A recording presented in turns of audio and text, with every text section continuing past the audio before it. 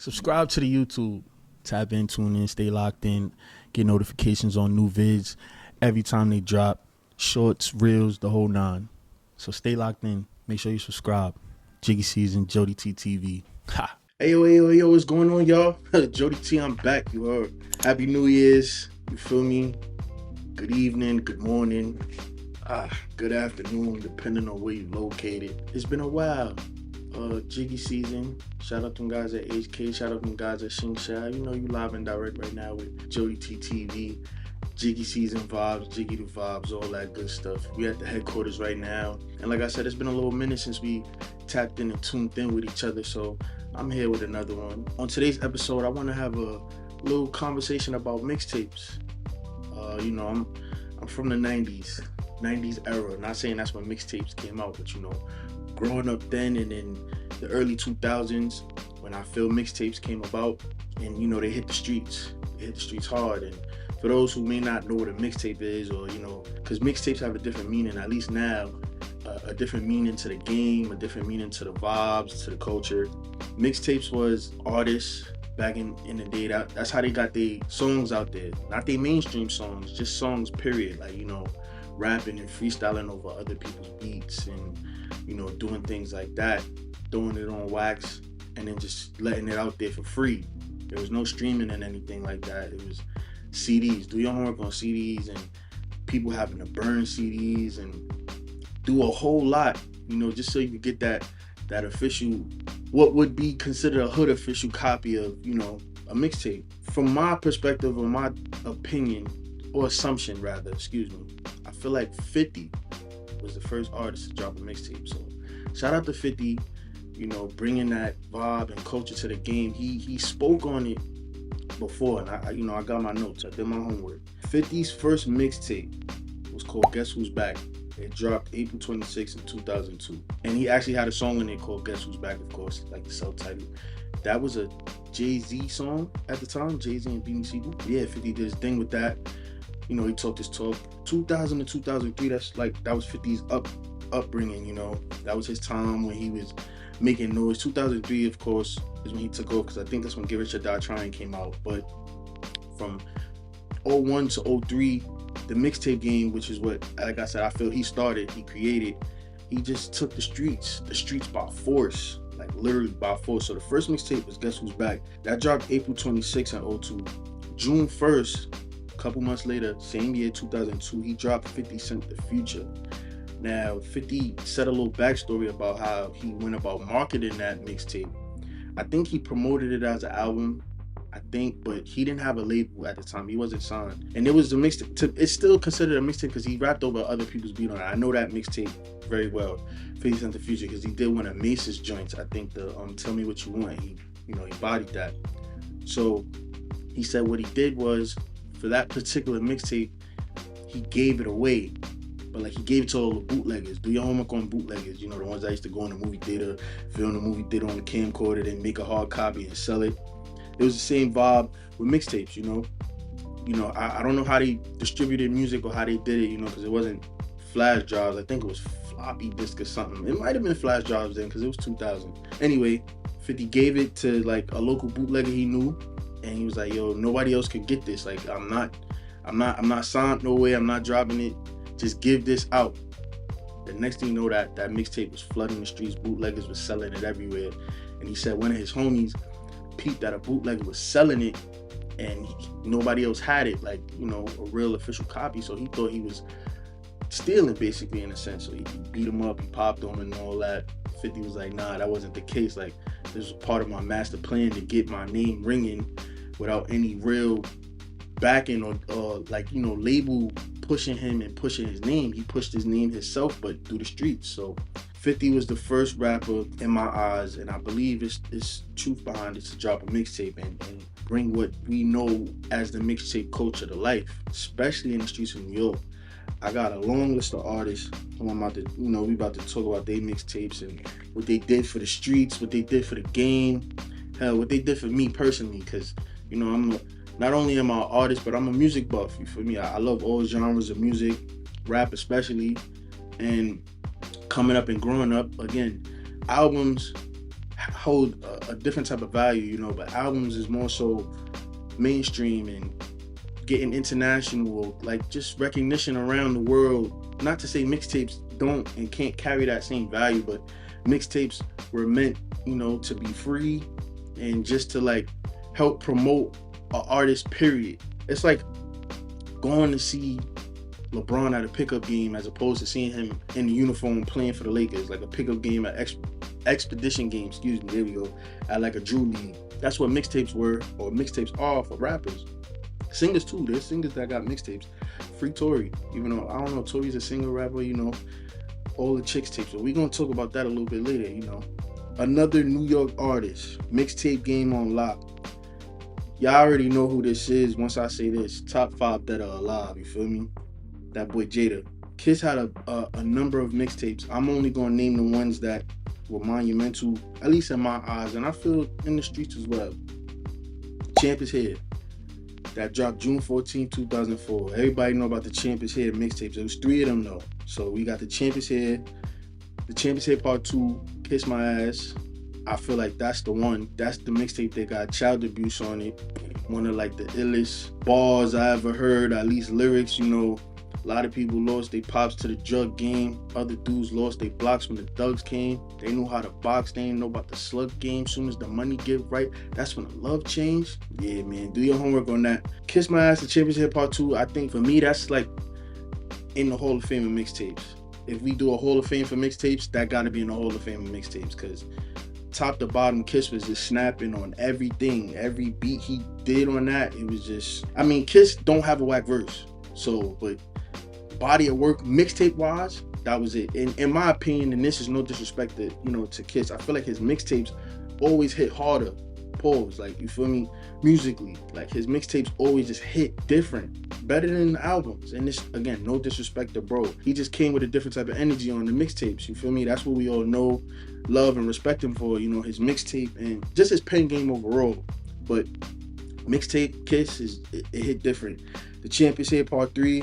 Now, I mean, the Champ is Here, the first one came out in 2004. The Kiss My Ass, the Champ is Here Part 2, 5 years later, 2009. The Champ is Here 3, that was 2010. I forgot what was on the Champ is Here Part 3. It was a couple whoops on there though, because I listened to all of them. And then I mean, I'm gonna throw the Consignment album in there too. That came out in 2012. That's the album he got like the little blaze on. I think he was sitting like at a casino table or something like that. Kiss been killing though with the mixtapes. Like, that's like, I don't really have to speak on it, but you know, we're gonna speak on it because this is what we're speaking on, you feel me? But yeah, so shout out to 50, shout out to Kiss. 2 mixtape legends, 2 legends overall musically, you know. My favorite rapper, gentleman who's the reason I started rapping, that man Fab, Loso, shout out to Fab. All the There's No Competitions, 1 to 3, all the Soul Tapes, Summer Shootouts, you know. He's another artist I feel mixtape wise it just hit different as a Fab got great albums too in my eyes. I'm not being biased because he's my favorite rapper. I feel like Loso's Way, Street Dreams, excuse me. There's another album I'm forgetting. Please forgive me. All I know is this album I'm trying to think of is it got Gangsta Don't Play on there with Junior Reed. Yeah, that's probably one of my favorite songs off that album too. I'm gonna get the name when I come back to it. But yeah, but I feel Fab mixtapes just always hit different. And do your homework. We used to sit and wait for Fab mixtapes to drop. Like, at least I did. You know, There's No Competition too. I think that's hands down for me. That's going in the, I mean, Hall of Fame of mixtapes. It has to, like, bar wise, song wise, the beats he selected. Like, that's a top to bottom, and that's. There's No Competition 2 Funeral Service. He got Suicide on there. He got Suicide Part 2 on there because Suicide is on There's No Competition 1. I remember There's No Competition 3 came out on Christmas Day 2011. Do your homework. I was chilling. Christmas, you know, I was in the crib, and I remember being at my right-hand crib. Shout out Dave G's. I went to his crib, and this is when, you know, NBA was booming with the Christmas games like they still do now, but I was just worried about that tape dropping, and that's when Spinrilla was going crazy. Was it Spinrilla? No, that Piff. There we go. Shout out to that Piff. Do your homework on that Piff.com. Mixtape galore. That's where you got all your mixtapes from, like, you know, downloading. Because, of course, like I said, mixtapes came from the disc, but as time transcended, you know, we was doing the downloading. So, yeah. There's No Competition 3 came out on Christmas Day. I was just sitting waiting on that pit for it to hit. As soon as it hit, I ran and downloaded that quick fast. And it's a couple Jones on there too that go crazy. All the Soul Tapes is fire. I feel like Soul Tape 1, maybe even Soul Tape 2. Whichever Soul Tape had bite on it. Bitch, I'm trying to eat. Bitch, I'm trying to eat. Hey, that's the word. That's, for me, that's probably the best Soul Tape. Whichever Soul Tape had that song on it. And I think it was one. I think. Excuse me, I don't know off the top of my, my nugget pause which one had which songs, but Soul Tape and There's No Competition. Summer Shootouts is valid too. Fab, we need another mixtape, bro. I know you be chilling, you know what I mean? You be low key out the way, you pop out when it's necessary, give us a couple bars, and then go back in the low key mode. But come on, the streets is, I'm asking. I mean, Fab, I need a mixtape. The streets need a mixtape, so let's get to it. Another artist, keeping in New York right now with the mixtapes. Another New York artist. Shout out to French. Shout out to Bronx. Hometown. That's where we at. That's where I'm from, the motherland. Now, French, I'm not gonna lie. French got a lot of mixtapes. But I'm gonna say the ones that I feel is the ones that set the tone for him. Coke Wave, Free the Wave, Free Max. That was a collab mixtape with him and Max. That dropped February 9th, 2009. Ill project. Top to bottom. Bronx and Harlem, the funny voice rapper. Not saying French got a funny voice, but his, at that time, his voice and how he sound, what I mean? He brought different energy to the game. And then Max, singing and rapping on the joint. Those two coming together collectively, it did a lot for the culture, especially the mixtape culture. The streets was going crazy. Like, I feel like musically 06 to 09, which was mainly my high school years, music was different, and it was all mixtape driven. Like, you couldn't really go into stores and buy these type of songs, these projects, because they were mixtapes. You could, if you had a hood spot that sold mixtapes and stuff, while CDs kind of died out by then, because whenever the first iPod came out, it was over. Then we had LimeWire and FrostWire, but these projects meant something. You feel me? They meant something. Like, this is music you could say niggas grew up on. We got Coke Wave. He dropped Coke Wave with Max February 9th of 09. Then literally a couple months later, the first Mac with Cheese came out. And I think Mac with Cheese, I think that joint is the one that had You Heard on it. It's either one or two. I mean, You Heard, French started a little wave with that alone. Mac with Cheese 3, but that was 2012, Mac and Cheese 3.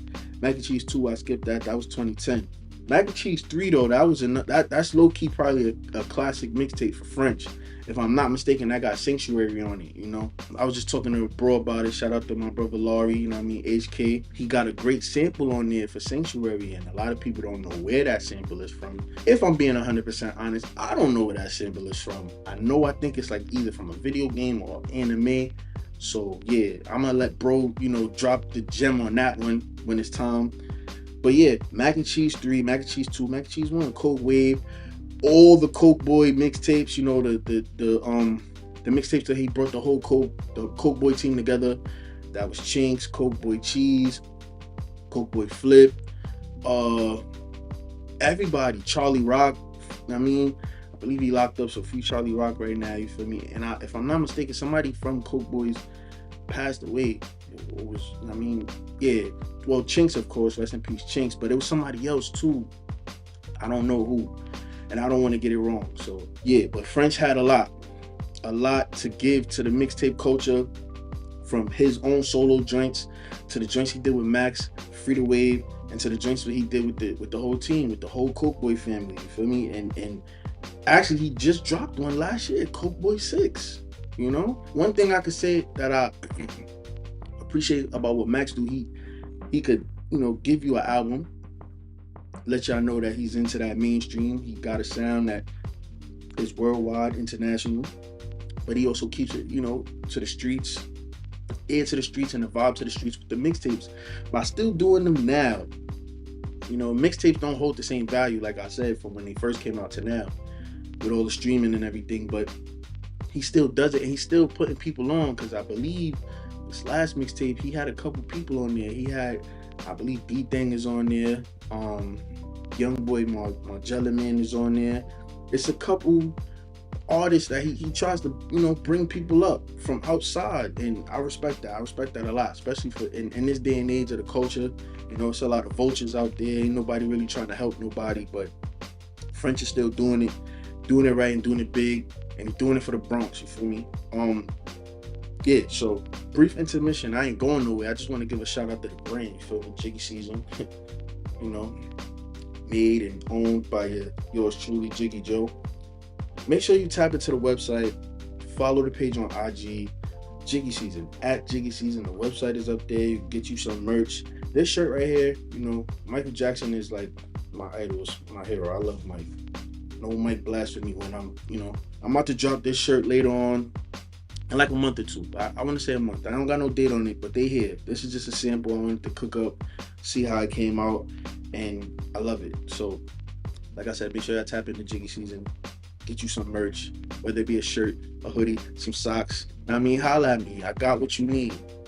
But yeah, back to the mixtapes. So I'm saying on my New York vibes, I got another New York artist I already was speaking about him already, you know, Max B. Like I said, Free the Wave. Max B had a crazy mixtape run as well. Like, I think Max B probably dropped the most mixtapes, or at least he had the most mixtapes in a short duration of time, because I believe he got locked up in 2010, but his first mixtape, I don't have the date, because, you know, Google and all that, they not really trying to show bro love, but, you know, you got $1 Million Baby 1 and 2, you got Wavy Crockett, you got Public Domain, you got Wave Pack, the list goes on. Like, Max B was running the town for a little minute. He was heavily influential in his, you know, hometown, which is Harlem.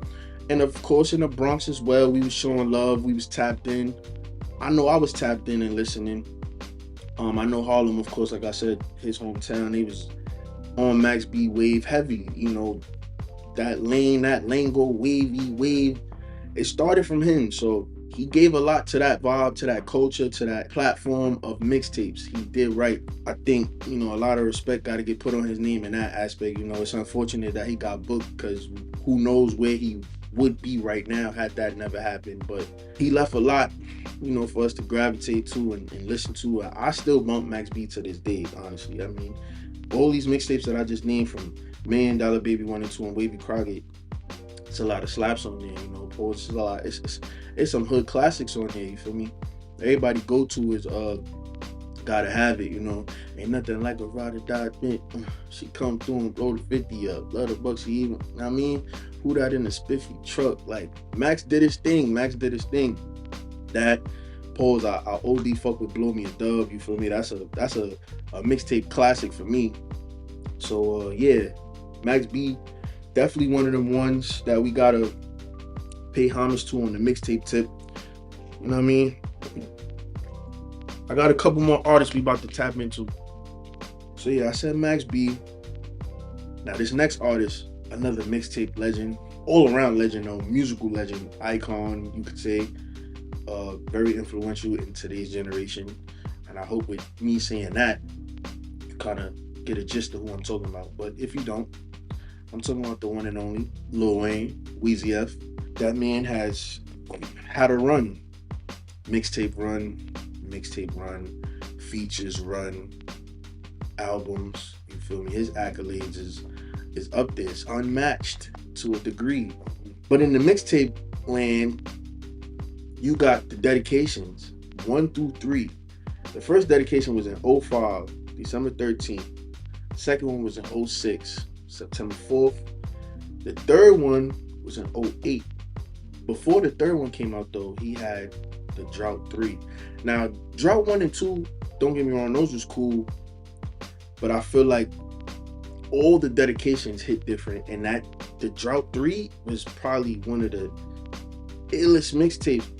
Wayne's mixtapes like hit so hard, pause. They could have been albums. They should have been albums, but unfortunately a lot of them had, you know, other people's beats on it that he was freestyling to and over.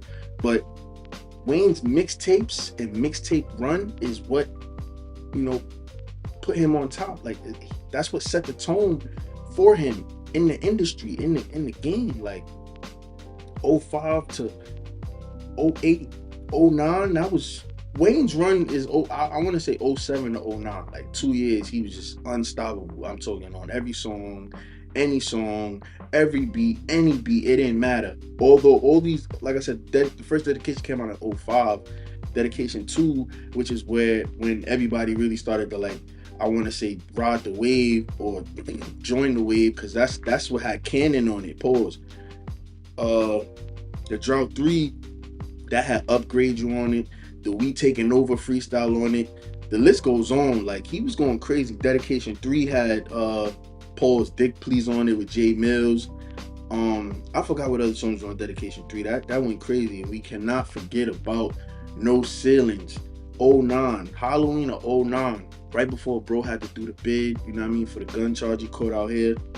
No Ceilings is probably, that's a top to bottom mixtape, and that could have been an album. You can actually stream that though. I think stream all these right now on, you know, all the major streaming sites. But No Ceilings and Dedication 2 and 3 and the Drought 3, my goodness.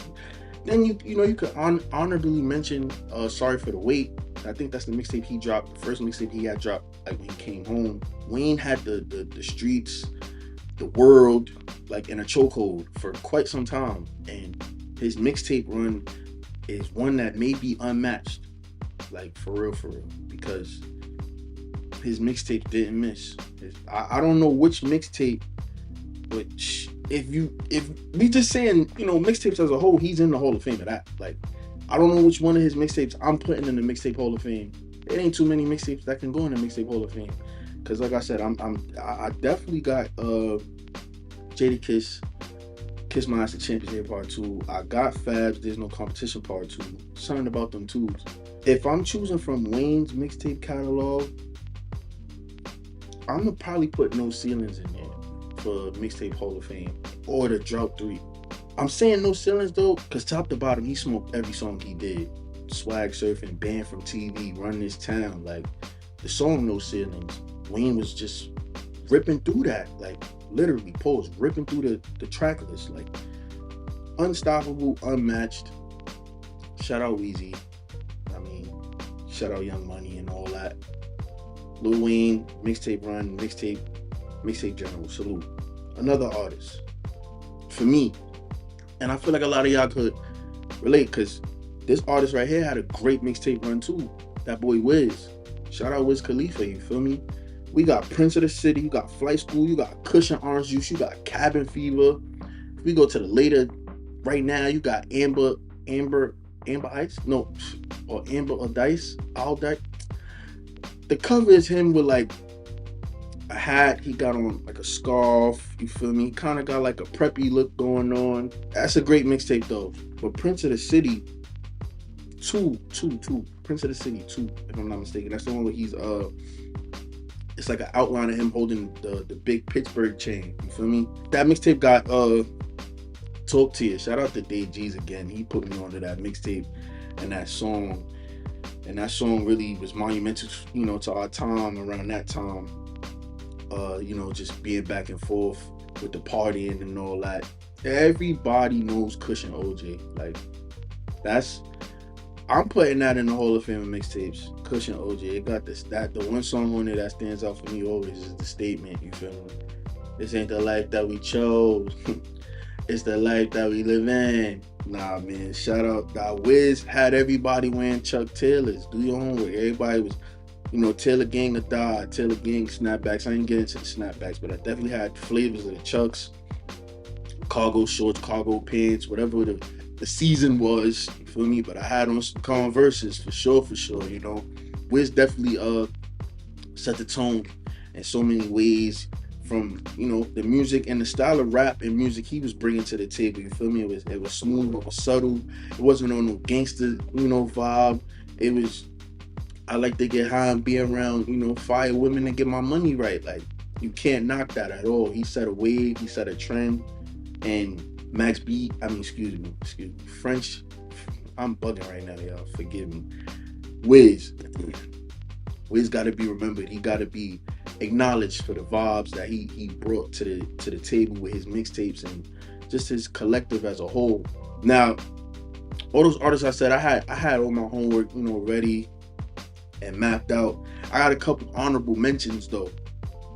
I'm gonna start with Meek. You know, Meek Mill. His mixtapes, the ones that set the tone for him, they came later again, like during the Dat Piff run, you know, that I was talking about. All the Dream Chaser Jones, 1, 2, and 3. Even DC4 hit valid too. But 1 and 2, yeah, Meek was on a trying to kill everything moving run. I mean, because I think House Party is on 2, or it's House Party on 1.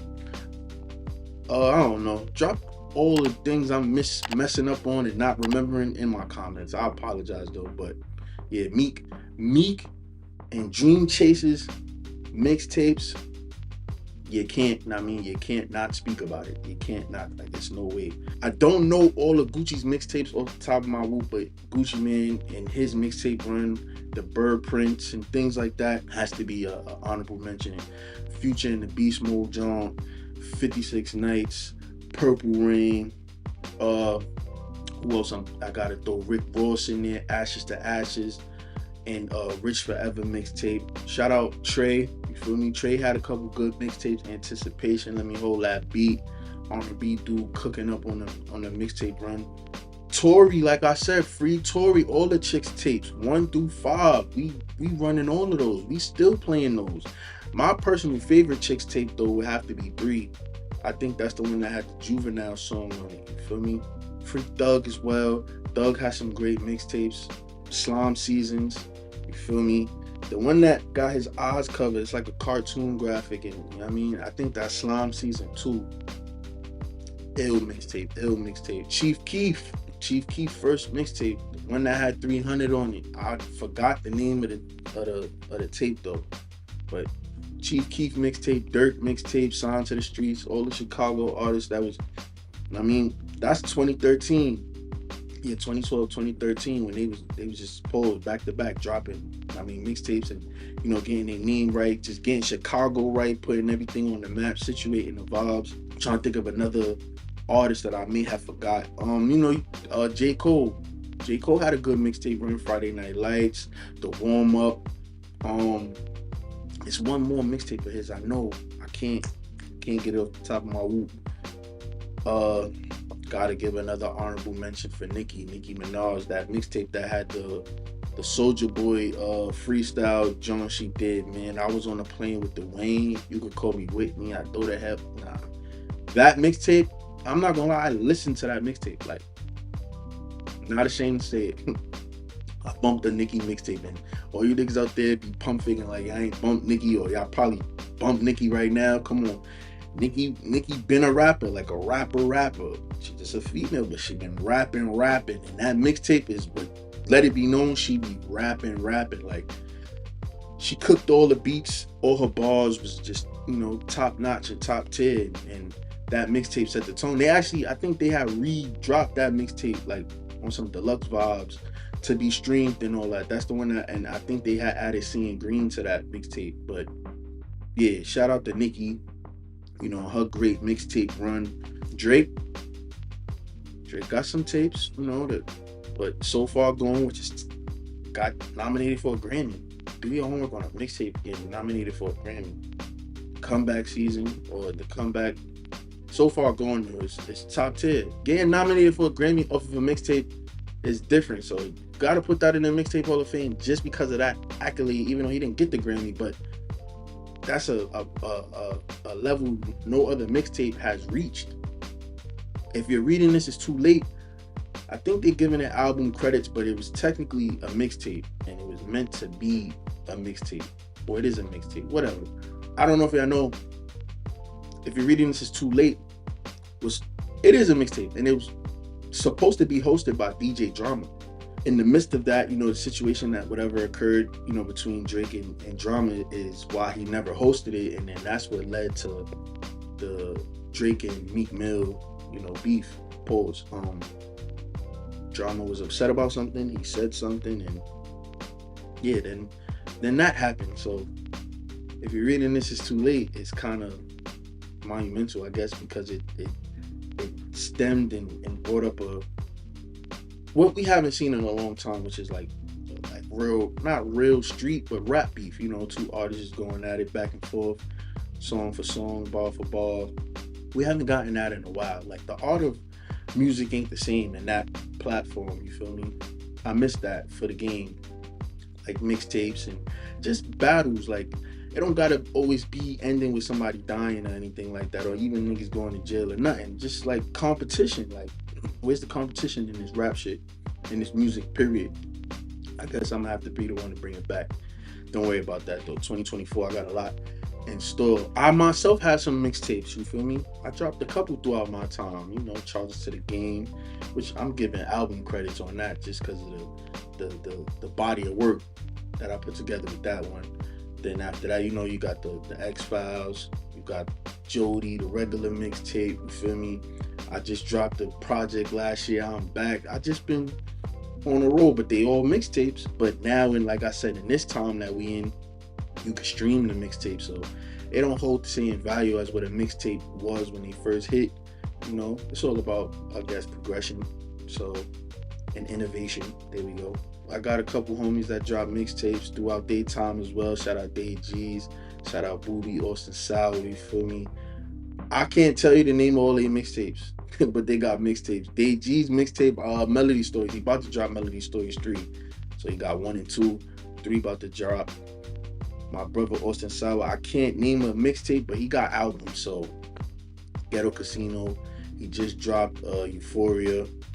So do your homework. Make sure you check out my brothers and their music. Be sure to tap into me and my music.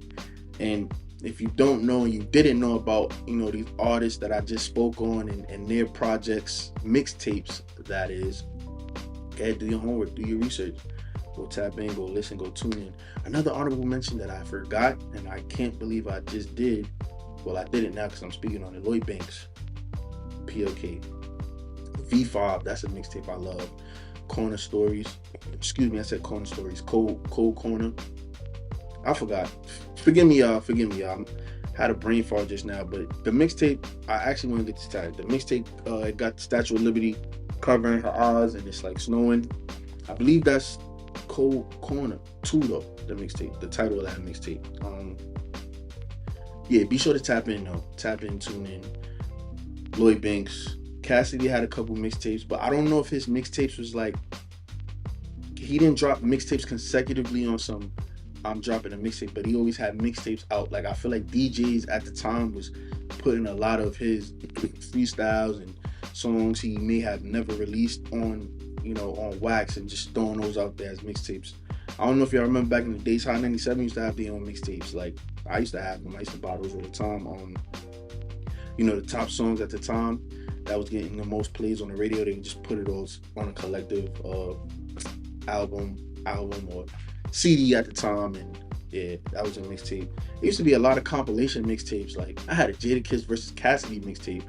No, they didn't have no beef pause. They didn't, battle each other. But DJs like DJ Drama or DJ Green Lantern, you feel me? They would cook up a mixtape and just put all them songs together. I had a mixtape that, the mashups we got now on TikTok where you take one song and play it on another beat. I had a mashup mixtape with all the Dipset songs, but they mashed them up on G-Unit beats. It was kind of crazy, I'm not gonna lie. It was fire though, it was super fire. And then they did like G-Unit songs on Dipset beats. It was a good time. I miss the mixtape era. The mixtape era that I know from, like I said, 2002 going up to like 05, 06. That was like PlayStation 2 days and all that, Xbox, and it was a time. And I'm gonna reminisce about that later. Right now, I appreciate everybody for, tuning in and tapping in. And if you stayed tuned in this long, I appreciate you. Drop a like, subscribe, and be real. But thank you, everybody. You're Jiggy Jo, over and out. Jiggy season. Shout out to them guys at HK. Shout out to them guys at Shake Shack. You know how it go. 2024 is the takeover. And Happy New Year yet again. Love always.